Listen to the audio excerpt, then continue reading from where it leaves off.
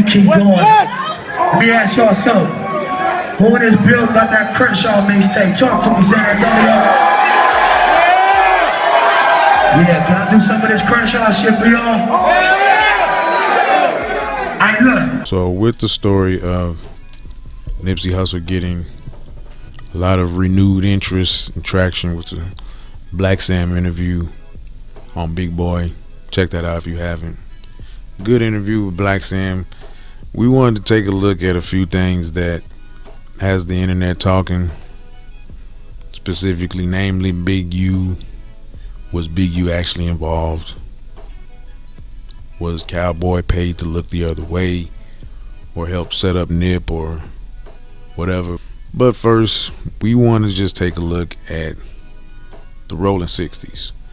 They are considered one of the strongest Crip sets in LA, and then their influence has spread across the country and has been that way for decades. I know even as a kid, not even knowing much about gang life or anything at all, when it came to Crips, you would always hear Rollin 60's. It's Rollin 60's. But you're a celebrity. Man, I'm a 60 Crip, bro. First. So I found this clip. Shout out to the content creator, Trey 6 Hundo.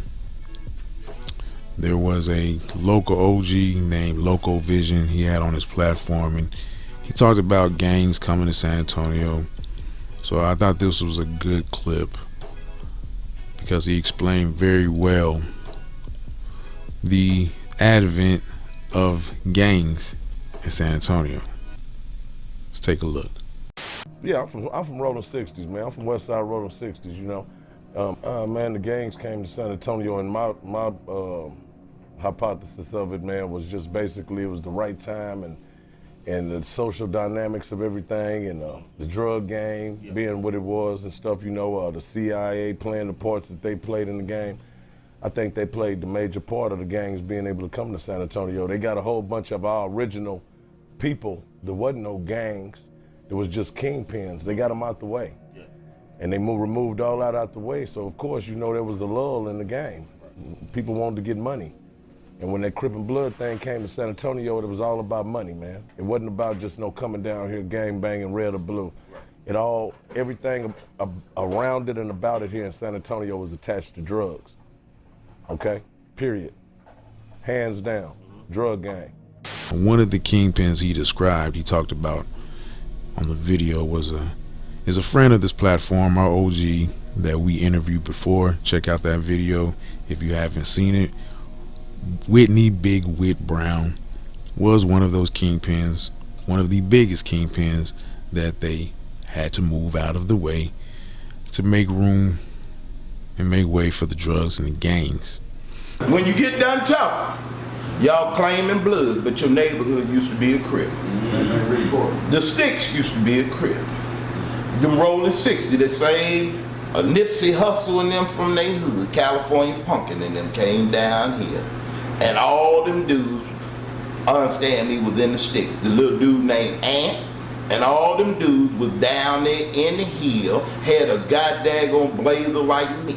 Since Whit and Cal wouldn't convert, you understand, y'all seen them. They brought the FBI, the DEA, understand me, rope, understand me, highway patrolmen, regular police, and we was right posted up on Martin Luther King, understand me, youngsters number 1 and youngsters number 2 was right up the street. Y'all know what it was. Yeah, ain't nobody hiding from them. And since we wouldn't convert, understand that none of that bullshit, we wouldn't go with the East Coast niggas, we wouldn't go with the West Coast niggas, so they said we got to get them niggas out the way.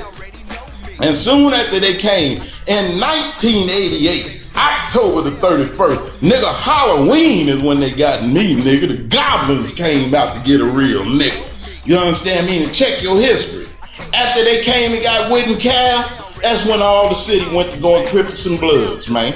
Yeah, that's when they took over. That snowflake shit, understand, that CIA gang, understand me? Yeah, I tell you what's truth, I confess in front of the Lord of the world. Now remember, gangs is mostly a teenager sport. I mean, you get initiated, you get jumped in, usually around 11, 12, 13. That's the typical age when boys join gangs. The closer to 18 you are, the less likelihood of joining a gang. You know what I'm saying? Once I started becoming frustrated with not having an outlet and the means to create and do what I wanted to do, then becoming a teenager, then wanting to maintain and have money on my own and all that. You know what's going on outside. This is what it was. Not just because we wanted to be gang members.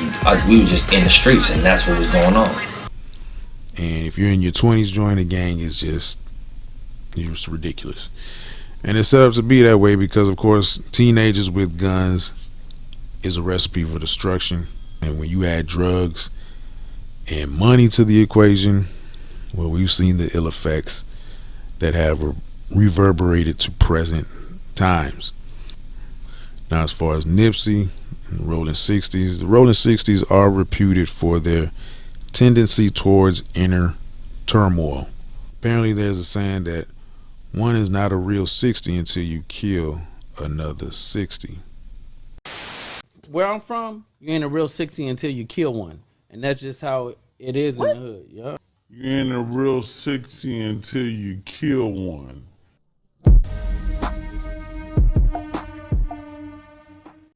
So I came across this court document on the internet, the Supreme Court versus a particular individual or set of individuals. And if you've ever read any of these court documents, they're pretty interesting because they gather a lot of information, all the necessary information regarding a particular person and their case. And the objective is to be as objective as possible, to be unbiased, and to just straight state the necessary information with an unbiased view. That's what it's designed for. That's not always the case, of course, we know, but that's the design, right? And so this information is very insightful, and they provide some great details. I wanted to read this one part. In 2008, the Rollin 60's Crips had approximately 2,000 members. Okay, and then it goes into more detail about the defendants, the co-defendants, and the gang that they come from, right? And this part is the part that caught my eye. The Rollin 60's gang has different cliques that sometimes fight among themselves for power. It has a saying: you're not a 60 gang member until you kill a 60 gang member. Now, I'm not claiming to be an expert on gang politics, not glorifying it, but we want to take a deeper look because, let's be real, gang activity, gang life has compelling elements to it, and there's a reason why we are drawn to a lot of this content and information.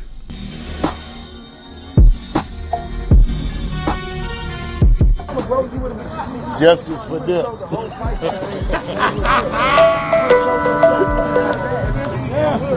Your boy would have been there like, yeah, you got it. So now the internet is abuzz because so many more of these gangsters are talking.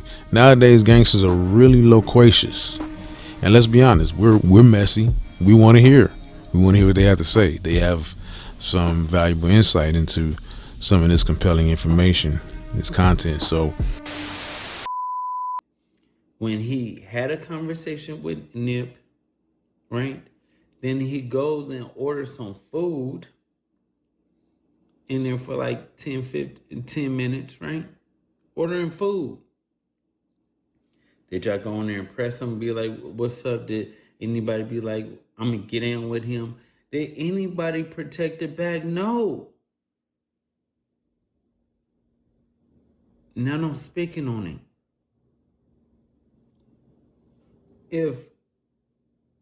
Listen, Kelmac, aka Cowgirl, if you didn't have nothing to do with it or you didn't know to play, right? Why would you just come out and say something just now?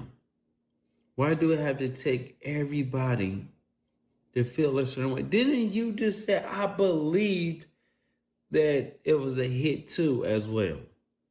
You said that too. But now you changed your mind because Big U accepted you. Big U start dealing with you. Sam and them cut you off. So basically, you like, let me go to this side. Big you keep posting pictures. Like, bro, nobody is believing that. That's after Nipsey death. Like, tell the world, like, you made the phone call. I'm not saying you had anything to do with it, right? Because I doubt it. But you knew what was going to happen. And you gave the okay for it to happen. You didn't stop it. We know. You know it was going to be no security that day. You know Cowboy and Rampart are busters. They took off running. Cowboy hiding underneath the register. Oh, sweetheart, that's bad work. From almost day one, the rumors were swirling that Big U was allegedly involved in Nip's murder. Obviously, he denies those claims, and of course, we would never throw those allegations on anybody without substantial evidence.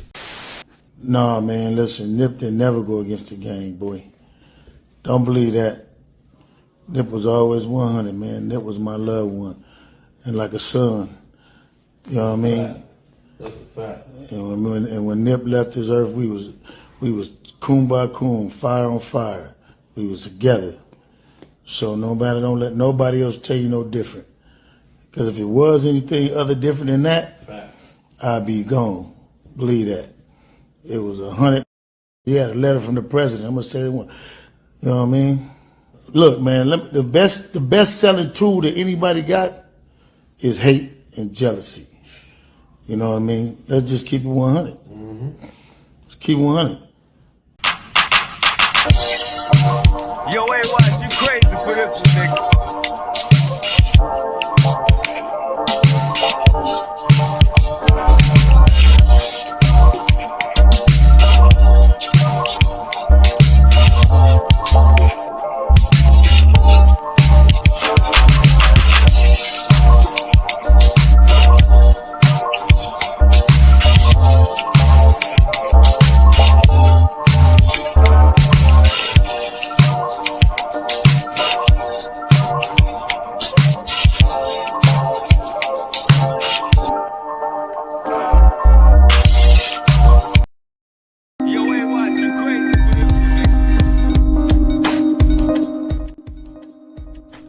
But let's explore why those allegations have legs and whether they carry enough weight to actually create a reason for authorities to look at Mr.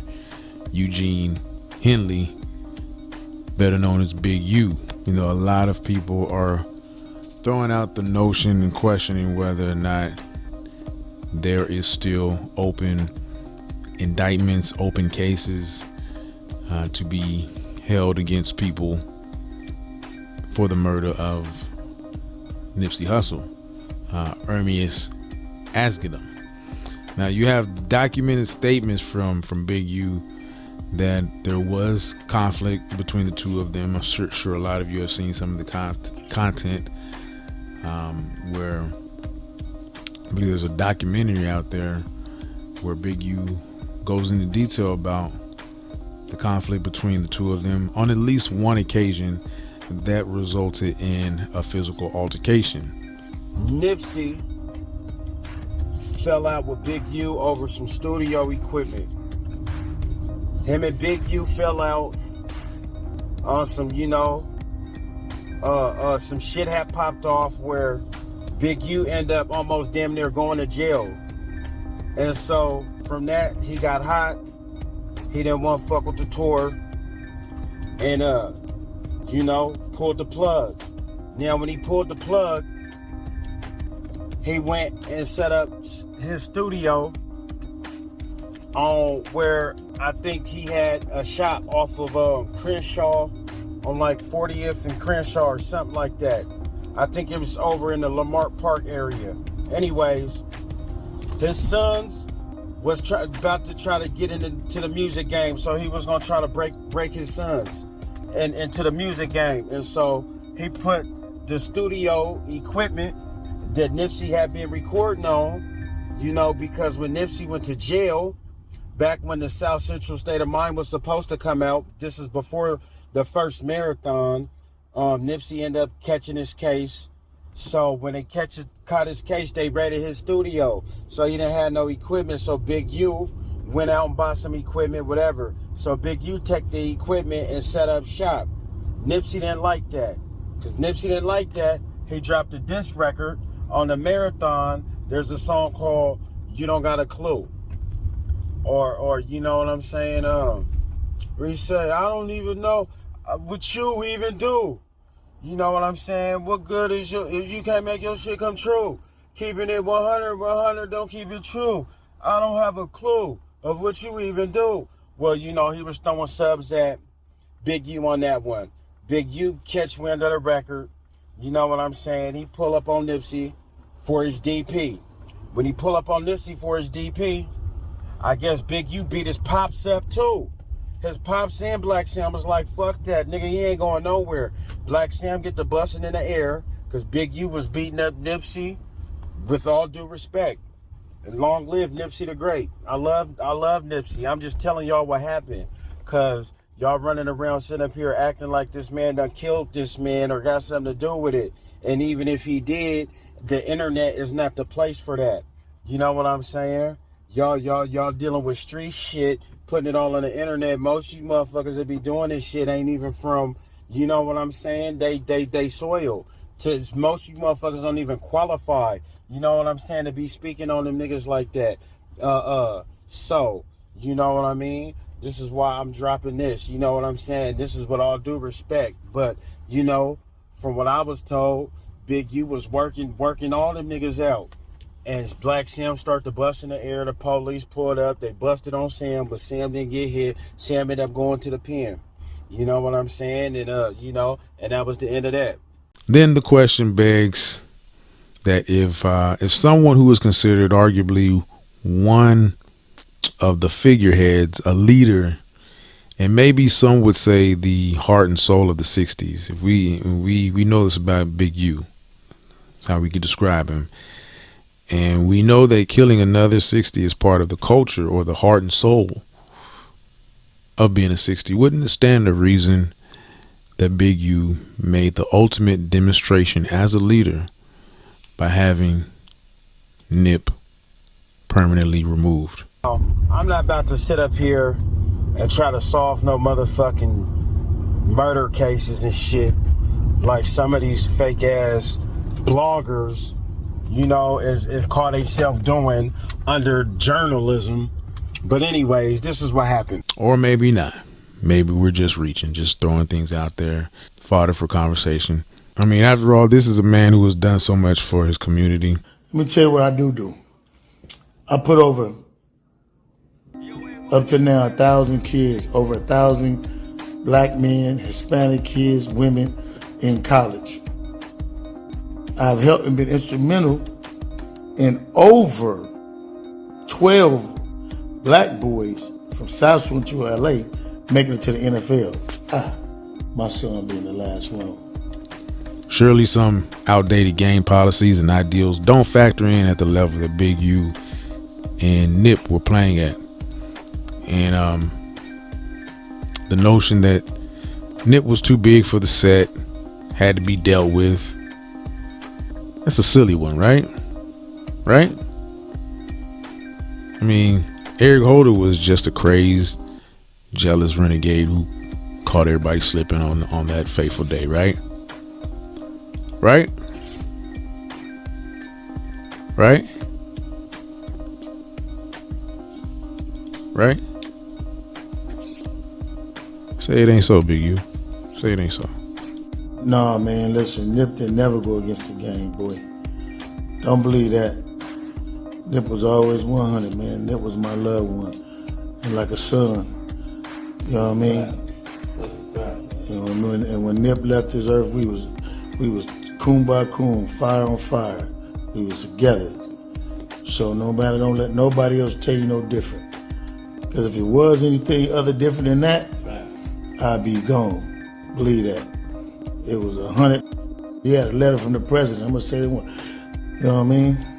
Look, man, the best selling tool that anybody got is hate and jealousy. You know what I mean? Let's just keep it 100. Just keep it 100. You know, just the fact of the matter is, what would I gain by hurting my own son? You know what I mean? What would I gain from that? What was I gonna gain?